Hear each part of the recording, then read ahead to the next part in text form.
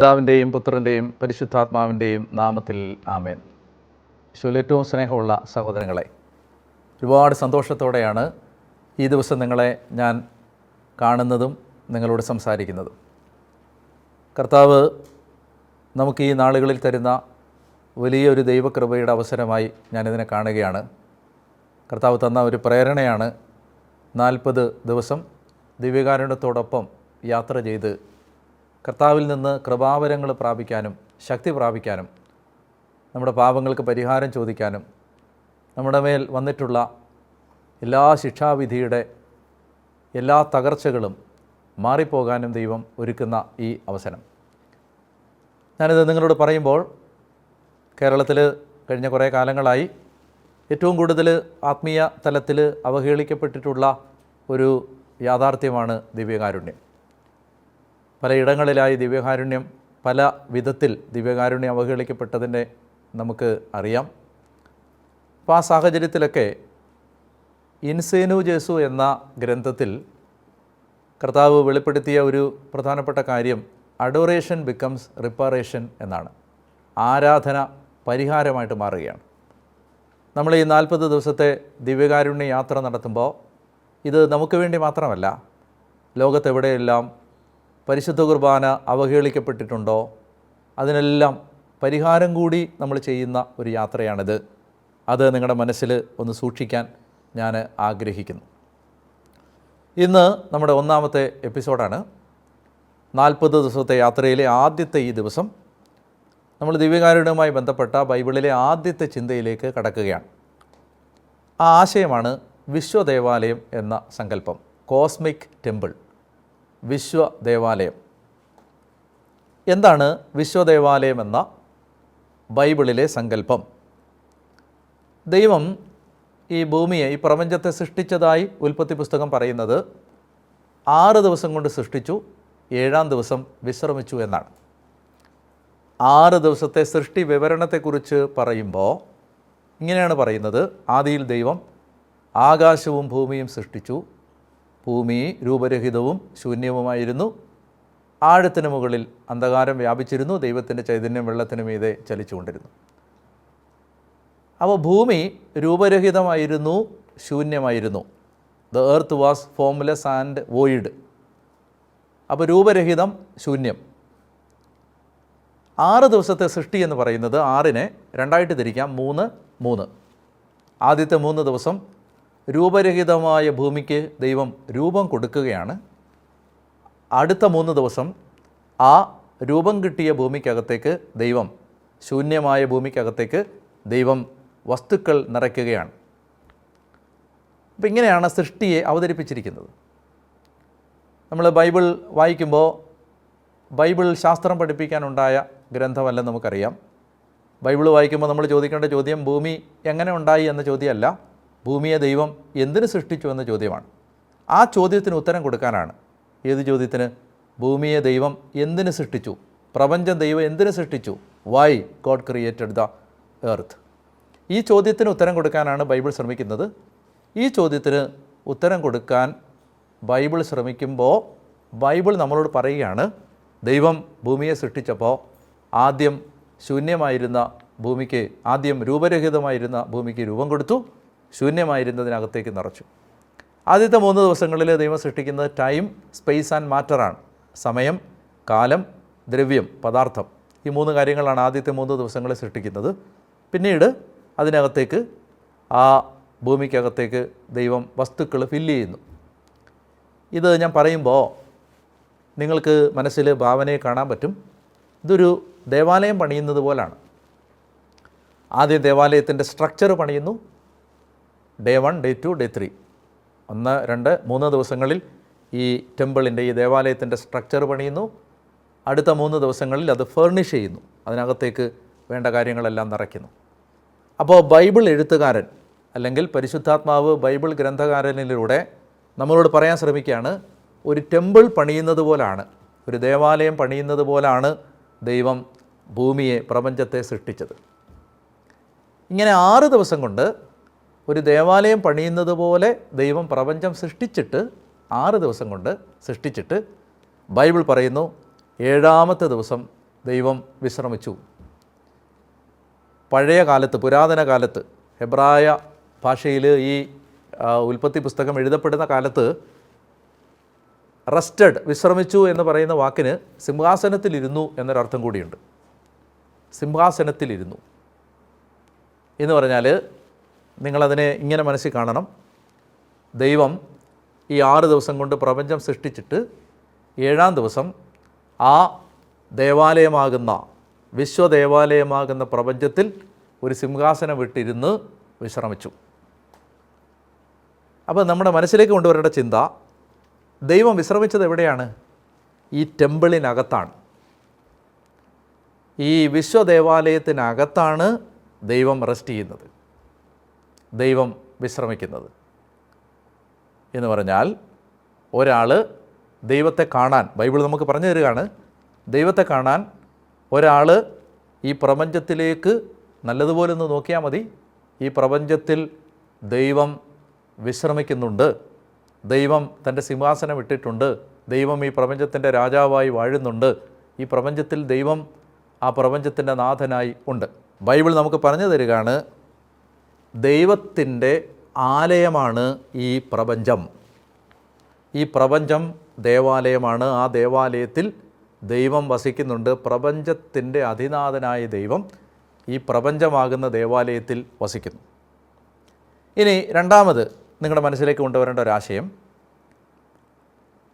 ഈ 6 ദിവസങ്ങൾക്കും ഒരു പാറ്റേൺ ഉണ്ട്. സന്ധ്യയായി ഉഷസ്സായി 1-ാം ദിവസം, സന്ധ്യയായി ഉഷസ്സായി 2-ാം ദിവസം, അങ്ങനെ തന്നെ 3, 4, 5, 6. അത് സൂചിപ്പിക്കുന്നത്, സന്ധ്യയായി ഉഷസ്സായി 1-ാം ദിവസം എന്ന് പറഞ്ഞാൽ അത് സൂചിപ്പിക്കുന്നത് 1-ാം ദിവസം തീർന്നു, 2-ാം ദിവസം തീർന്നു, 3-ാം ദിവസം തീർന്നു. സന്ധ്യയായി ഉഷസ്സായി 6-ാം ദിവസം സൂചിപ്പിക്കുന്നത് 6-ാം ദിവസം തീർന്നു. എന്നാൽ 7-ാം ദിവസത്തെക്കുറിച്ച് അങ്ങനെ പറഞ്ഞിട്ടില്ല. അതിൻ്റെ അർത്ഥം ബൈബിൾ ഗ്രന്ഥകാരൻ നമ്മളോട് പറയുകയാണ്, 7-ാം ദിവസം അവസാനിച്ചിട്ടില്ല. എന്താണ് 7-ാം ദിവസത്തിൻ്റെ പ്രത്യേകത? 7-ാം ദിവസം ദൈവം വിശ്രമിച്ച ദിവസമാണ്. ആ ദൈവം വിശ്രമിച്ച 7-ാം ദിവസം ഓപ്പണാണ്, അത് തുറന്നു കിടക്കുകയാണ്. ഹെബ്രായ ലേഖനത്തിൻ്റെ 3ഉം 4ഉം അധ്യായങ്ങൾ നമ്മൾ വായിക്കുന്നുണ്ട്. അതിലേക്ക് ആർക്ക് വേണമെങ്കിലും കയറാൻ പറ്റും.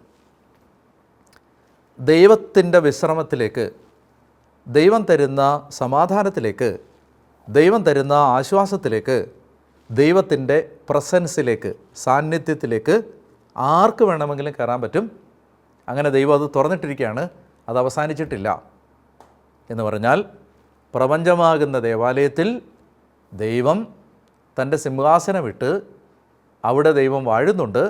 ആ ദൈവത്തിൻ്റെ സാന്നിധ്യത്തിലേക്ക്, ആ ദൈവം തരുന്ന ആശ്വാസത്തിലേക്ക്, ആ ദൈവം തരുന്ന വിശ്രമത്തിലേക്ക്, ആ ദൈവം തരുന്ന സമാധാനത്തിലേക്ക് ആർക്ക് വേണമെങ്കിലും കയറാൻ പറ്റും.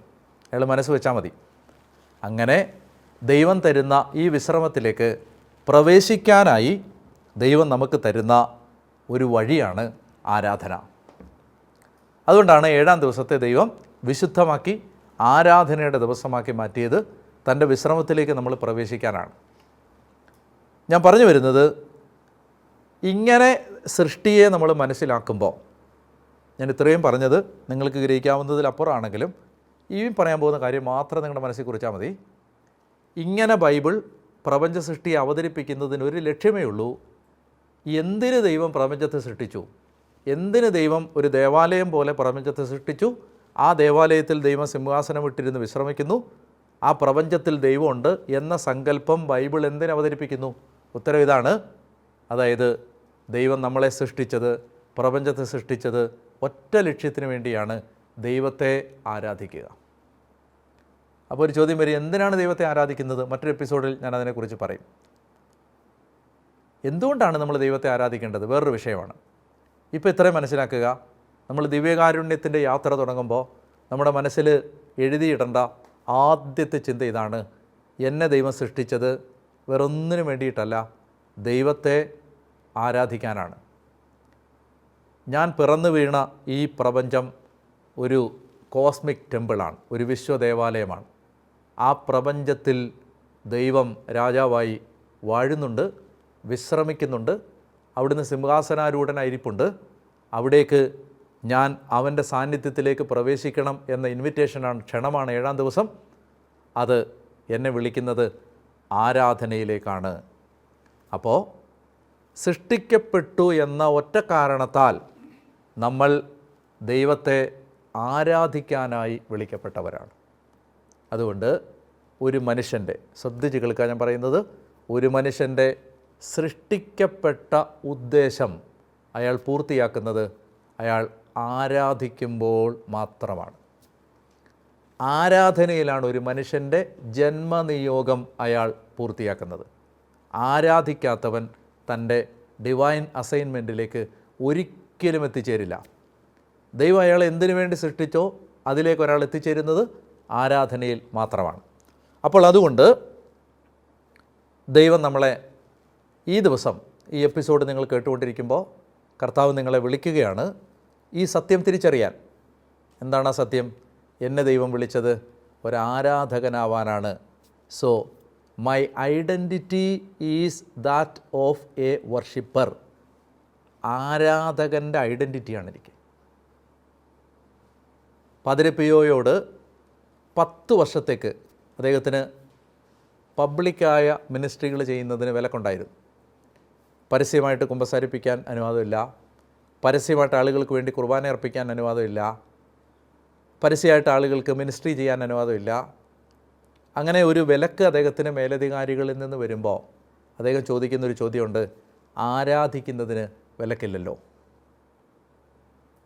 നമ്മളിന്ന് സങ്കടപ്പെടുന്നത് എന്തെല്ലാം കാര്യങ്ങളുടെ പേരിലാണ്.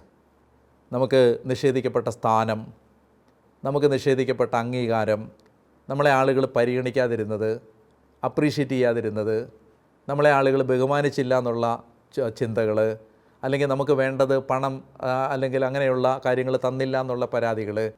പാദ്രി പിയോ പറയുന്നത്, എന്നെ അതൊന്നും അലട്ടത്തില്ല, എനിക്കൊരു കാര്യമുള്ളൂ, ആരാധിക്കുന്നതിന് വിലക്കില്ലല്ലോ. ഇത് പറഞ്ഞാൽ ഞാൻ ചുരുക്കി പറയാം, നമ്മൾ നമ്മുടെ സന്തോഷം കണ്ടെത്തേണ്ടത് ഈ ഭൂമി വെച്ച് വിളമ്പിയ ഒരു കാര്യങ്ങളിലും അല്ല, ദൈവത്തെ ആരാധിക്കുന്നതിലാണ്. 10 വർഷം ഈ മനുഷ്യൻ ആ ആനന്ദത്തിൽ ജീവിച്ചതുകൊണ്ടാണ് ഇന്ന് അദ്ദേഹത്തെ വിശുദ്ധ പാദ്രി പിയോ എന്ന് നമ്മൾ വിളിക്കുന്നതും തിരുശേഷിപ്പുകൾ സൂക്ഷിക്കുന്നതും ഇന്ന് അദ്ദേഹത്തിൻ്റെ മാധ്യസ്ഥ അപേക്ഷിക്കുന്നതുമൊക്കെ. അതായത് ഒരു മനുഷ്യൻ തൻ്റെ വ്യക്തിത്വത്തെ, സ്വത്വത്തെ, ഐഡൻറ്റിറ്റിയെ കണ്ടെത്തിയത് വർഷിപ്പിലാണ്. ദൈവം നമ്മളെ വിളിക്കുകയാണ് ആരാധകരാവാൻ. ആരാധകരായാൽ ഞാൻ നിങ്ങളോട് പറയുന്നു, നമ്മുടെ ജീവിതത്തിൽ നിന്ന് പരാതികളില്ലാതാവും. വർഷിപ്പറിന് കിട്ടുന്ന ഒന്നാമത്തെ ദാനം എ ലൈഫ് വിതൗട്ട് കംപ്ലൈൻസ്, പരാതികളില്ലാത്ത ജീവിതം. സ്തുതിയുടെ ജീവിതം എന്ന് പറഞ്ഞാൽ അതിൻ്റെ ഏറ്റവും ലളിതമായ അർത്ഥം പരാതിയില്ലാത്ത ജീവിതം എന്നാണ്. അപ്പോൾ നമുക്ക് പരാതികളില്ലാത്ത, ബഹളങ്ങളില്ലാത്ത, കംപ്ലൈൻസ് ഇല്ലാത്ത, അസ്വസ്ഥതകളില്ലാത്ത ഒരു ജീവിതം നിങ്ങൾ ആഗ്രഹിക്കുന്നുണ്ടോ? ദിവ്യകാരുണ്യ ജീവിതത്തിലേക്ക് ദൈവം നമ്മളെ വിളിക്കുകയാണ്. അതുകൊണ്ട് ഇന്ന് ഈ ചിന്ത നിങ്ങളുടെ മനസ്സിൽ വെച്ചുകൊണ്ട് അഭ്യസിക്കേണ്ട പുണ്യം എന്താണ്? അഭ്യസിക്കേണ്ട പുണ്യം ട്രസ്റ്റാണ്. ട്രസ്റ്റ്, ദൈവത്തെ ആശ്രയിക്കുക, കണ്ണും പൂട്ടി ദൈവത്തെ വിശ്വസിക്കുക. ട്രസ്റ്റ്. ഉപേക്ഷിക്കേണ്ട തിന്മ എന്താണ്? നമ്മളിൽ തന്നെയുള്ള ആശ്രയത്വം. നമ്മൾ ഒരുപാട് കാര്യങ്ങൾക്ക് നമ്മുടെ കഴിവിൽ ആശ്രയിക്കുന്നവരാണ്. എന്നാൽ ആരാധനയുടെ ഏറ്റവും സിമ്പിളായ വ്യാഖ്യാനം എന്ന് പറയുന്നത് trust God in all situations. എല്ലാ സാഹചര്യത്തിലും കർത്താവിനെ ആശ്രയിക്കുക, വിശ്വസിക്കുക, ട്രസ്റ്റ് ചെയ്യുക. ഉപേക്ഷിക്കേണ്ട തിന്മ എന്താണ്? സ്വാശ്രയം, സെൽഫ് റിലയൻസ്, നമ്മളിൽ തന്നെയുള്ള ആശ്രയം. ഇനി പ്രാർത്ഥിക്കേണ്ട പ്രാർത്ഥന ഇങ്ങനെയാണ്: ഈശോയെ, ഞാൻ അങ്ങിൽ സമ്പൂർണ്ണമായി ആശ്രയിക്കുന്നു. Jesus, I trust in you 100%. കർത്താവേ, ഞാൻ നിന്നെ പൂർണ്ണമായി ആശ്രയിക്കുന്നു, പൂർണ്ണമായി ശരണപ്പെടുന്നു. ഇതാണ് ഇന്ന് നിങ്ങൾ ആവർത്തിച്ച് ചൊല്ലേണ്ട പ്രാർത്ഥന. 3 കാര്യങ്ങൾ പറഞ്ഞു.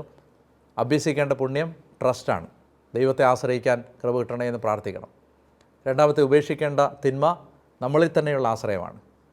മൂന്നാമത്തേത്, നമ്മൾ പ്രാർത്ഥിക്കേണ്ട പ്രാർത്ഥന Jesus, I trust in you completely 10%, 100% I trust in you. എല്ലാ കാര്യങ്ങളിലും ഞാൻ നിന്നെ ആശ്രയിക്കുന്നു, ഞാൻ നിന്നെ ട്രസ്റ്റ് ചെയ്യുന്നു, വിശ്വസിക്കുന്നു. ഇനി എന്താണ് ടാസ്ക്? അതായത് നമ്മൾ ദൈവത്തിൻ്റെ സഹായം നമുക്ക് ആവശ്യമില്ല എന്ന് നമ്മൾ സാധാരണ ചിന്തിക്കുന്ന ഒരു 5 കാര്യങ്ങൾ എടുക്കുക. ഇപ്പോൾ ഉദാഹരണത്തിന്, ഇവിടുന്ന് വണ്ടി വരെ നടന്നു പോകാൻ എനിക്ക് ദൈവത്തിൻ്റെ സഹായം, പ്രത്യേകിച്ച് സഹായം വേണമെന്ന് ഞാൻ ചിന്തിക്കുന്നില്ല. എനിക്ക് ഭക്ഷണം കഴിക്കുന്നതിന്, ഈ ഭക്ഷണം എനിക്ക് നന്നായിട്ട് കഴിക്കുന്നതിന് ദൈവത്തിൻ്റെ സഹായം വേണമെന്ന് ഞാൻ നോർമലി ചിന്തിക്കാറില്ല. അല്ലെങ്കിൽ എനിക്ക് എന്തെങ്കിലും ഒരു കാര്യം, ഒരാൾക്കൊരു എഴുത്തെഴുതണം, അല്ലെങ്കിൽ ഒരാൾക്കൊരു കാര്യം കമ്മ്യൂണിക്കേറ്റ് ചെയ്യണം, ഒരു ഡ്രാഫ്റ്റ് പ്രിപ്പയർ ചെയ്യണം, ഇതൊക്കെ എനിക്ക് സ്വയം ചെയ്യാൻ പറ്റുമെന്ന് ഞാൻ വിചാരിക്കുന്ന കാര്യങ്ങളാണ്. ടാസ്ക് ഇതാണ്, സ്വയം ചെയ്യാൻ പറ്റുന്നതെന്ന് നിങ്ങൾ വിചാരിക്കുന്നതും എന്നാൽ ആത്യന്തികമായ ദൈവത്തിൻ്റെ സഹായം ഇല്ലാതെ ചെയ്യാൻ പറ്റാത്തതുമായ ഒത്തിരി കാര്യങ്ങൾ നമ്മൾ സ്വയം ചെയ്യുന്നുണ്ട്. ഒരു 5 കാര്യങ്ങൾ, അതിന് പ്രത്യേകിച്ച് ദൈവത്തിൻ്റെ സഹായമൊന്നും വേണ്ടാന്ന് നമുക്കറിയാം. പക്ഷേ ബോധപൂർവം ഒരു 5 കാര്യങ്ങളിൽ ദൈവത്തിൻ്റെ സഹായം ചോദിക്കുകയെന്ന്. ഭക്ഷണം കഴിക്കാനിരിക്കുമ്പോൾ ദൈവമേ നന്നായിട്ട് ഇത് ദഹിക്കുന്ന വിധത്തിൽ നല്ലപോലെ ഭക്ഷണം കഴിക്കാൻ എന്നെ സഹായിക്കണേ.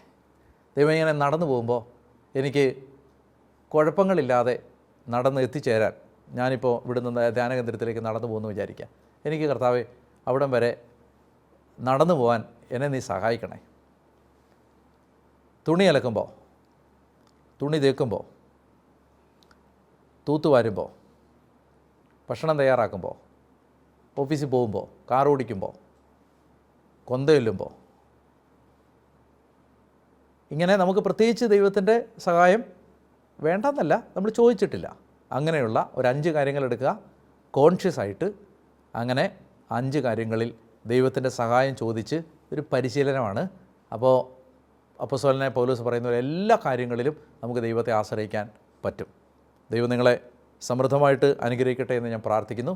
നമ്മൾ ആരാധനയിലേക്ക് കടക്കുകയാണ്. ആരാധനയിൽ ഈ ഒരു കാര്യം മനസ്സിൽ വെച്ചുകൊണ്ട് നമുക്ക് പ്രാർത്ഥിച്ച് കർത്താവിൽ നിന്ന് ആശീർവാദം പ്രാപിക്കുകയും ചെയ്യാം. പിതാവിൻ്റെയും പുത്രൻ്റെയും പരിശുദ്ധാത്മാവിൻ്റെയും നാമത്തിൽ ആമേൻ.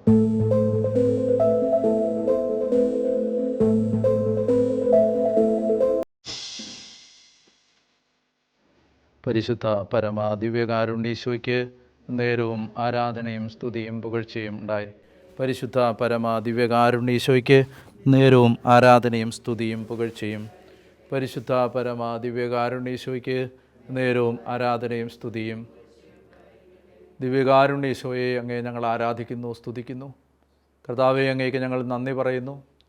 രാജാധിരാജനായി കർത്താവെ പ്രപഞ്ചത്തിൻ്റെ നാഥനും ദൈവവുമായി അവിടുന്ന് ഈ വിശ്വദേവാലയമാകുന്ന പ്രപഞ്ചത്തിൽ കർത്താവെ ഞങ്ങളോടൊത്തു വസിക്കാനായി അവിടുത്തെ വിശ്രമ സങ്കേതമായി ഈ പ്രപഞ്ചത്തെ അവിടുന്ന് തിരഞ്ഞെടുത്തതിനാൽ ഞങ്ങളങ്ങേ സ്തുതിക്കുന്നു.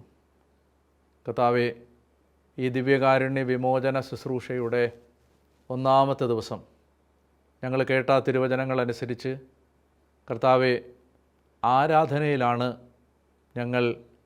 ഞങ്ങളുടെ ജീവിതത്തിൻ്റെ ലക്ഷ്യം കണ്ടെത്തുന്നത്, ഞങ്ങൾ ആരാണെന്ന് ഞങ്ങൾ തിരിച്ചറിയുന്നത്.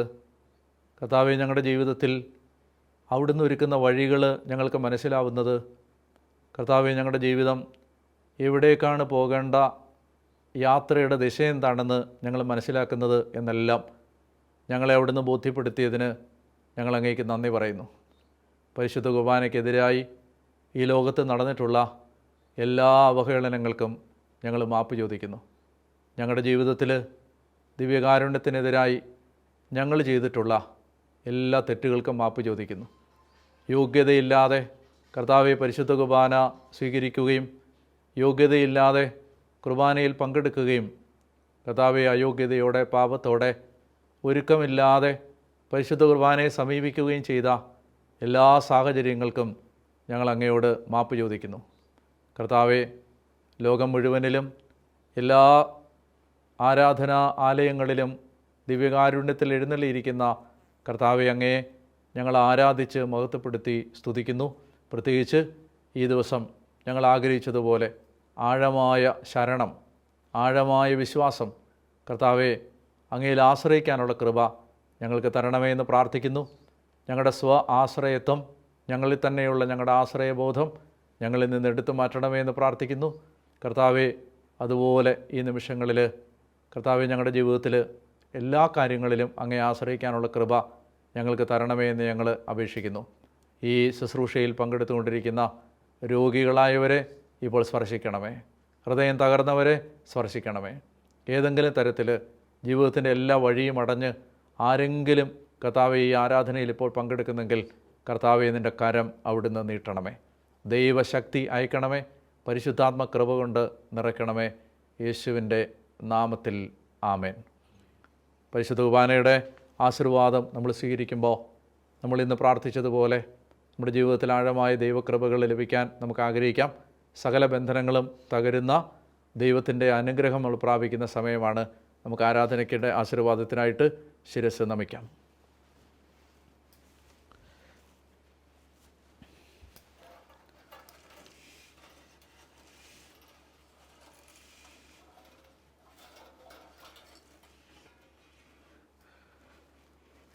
കർത്താവായ ദൈവമേ, അവിടുത്തെ പരിശുദ്ധ നാമത്തിൽ ഈ ശുശ്രൂഷയിൽ പങ്കെടുത്തുകൊണ്ടിരുന്ന എല്ലാ മക്കളെയും അനുഗ്രഹിച്ച് പ്രാർത്ഥിക്കുന്നു. ദൈവമേ, പൈശാചിക പീഡകൾ ഈ സമയത്ത് വിട്ടുമാറട്ടെ എന്ന് യേശുവിൻ്റെ നാമത്തിൽ കൽപ്പിച്ച് പ്രാർത്ഥിക്കുന്നു. ദൈവമായ കർത്താവെ, രോഗബന്ധനങ്ങളിൽ കഴിയുന്ന മക്കൾ സൗഖ്യം പ്രാപിക്കട്ടെ എന്ന് പ്രാർത്ഥിക്കുന്നു. ദൈവമേ, മനസ്സ് തകർന്നവർ, മനസ്സ് മടുത്തവർ, ആത്മഹത്യയെക്കുറിച്ച് ചിന്തിക്കുന്നവർ, ഹൃദയത്തിൽ ഭാരം വഹിക്കുന്ന മക്കൾ ഈശോയുടെ പരിശുദ്ധ നാമത്തിൽ ഇപ്പോൾ സുഖം പ്രാപിക്കട്ടെ എന്ന് പ്രാർത്ഥിക്കുന്നു. ഏതെങ്കിലും തരത്തിൽ ബന്ധിക്കപ്പെട്ട് കഴിയുന്ന ആത്മാക്കൾ മോചനം പ്രാപിക്കട്ടെ എന്ന് പ്രാർത്ഥിക്കുന്നു. കർത്താവെ, അവിടുത്തെ പരിശുദ്ധ നാമത്തിൽ ആഴമായ ദൈവാശ്രയ ബോധത്തിലേക്ക് ഞങ്ങളെ അവിടുന്ന് നയിക്കണമേ എന്ന് പ്രാർത്ഥിക്കുന്നു. കർത്താവായ യേശുവിൻ്റെ നാമത്തിൽ പരിശുദ്ധ പരമ ദിവ്യകാരുണ്യ ഈശോയ്ക്ക് എന്നേരവും ആരാധനയും സ്തുതിയും പുകഴ്ചയും ഉണ്ടായിരിക്കട്ടെ.